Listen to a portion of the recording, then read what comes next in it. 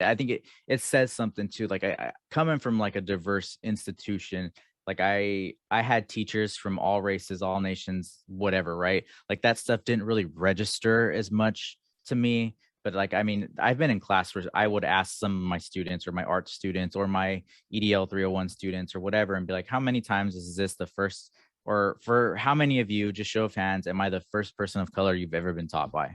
And the amount of hands sometimes that goes up, I'm like, so you've had K through 12 education and not had a single faculty member of color or staff member, teacher of color. Like that's a problem.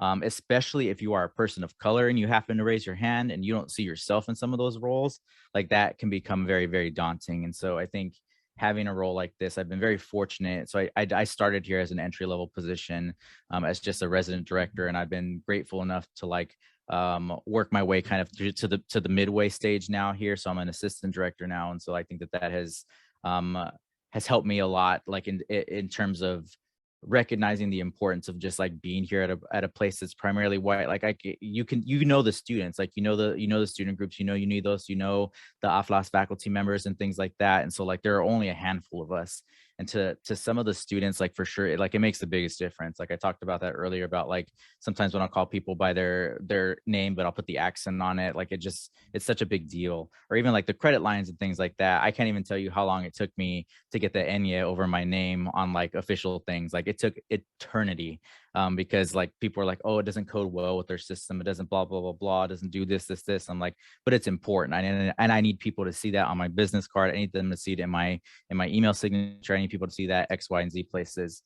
Just because I want them to know. Like I want them to know. Like I saw you also had accents and things like that too in your name. It's just, it's for some students, like they see that and automatically go, oh, like that's a good sign for me because I haven't seen that since being home or something like that.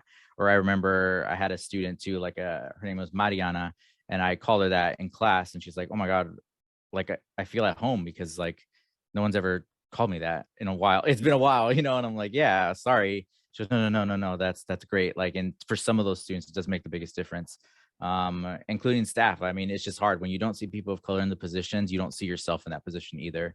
And not to say that the people are going to become student life or student affairs professionals, but when they see like an administrator that is a Latino or Latina or whatever, from the Latinx community, like they associate it and be like, okay, then I can make it too.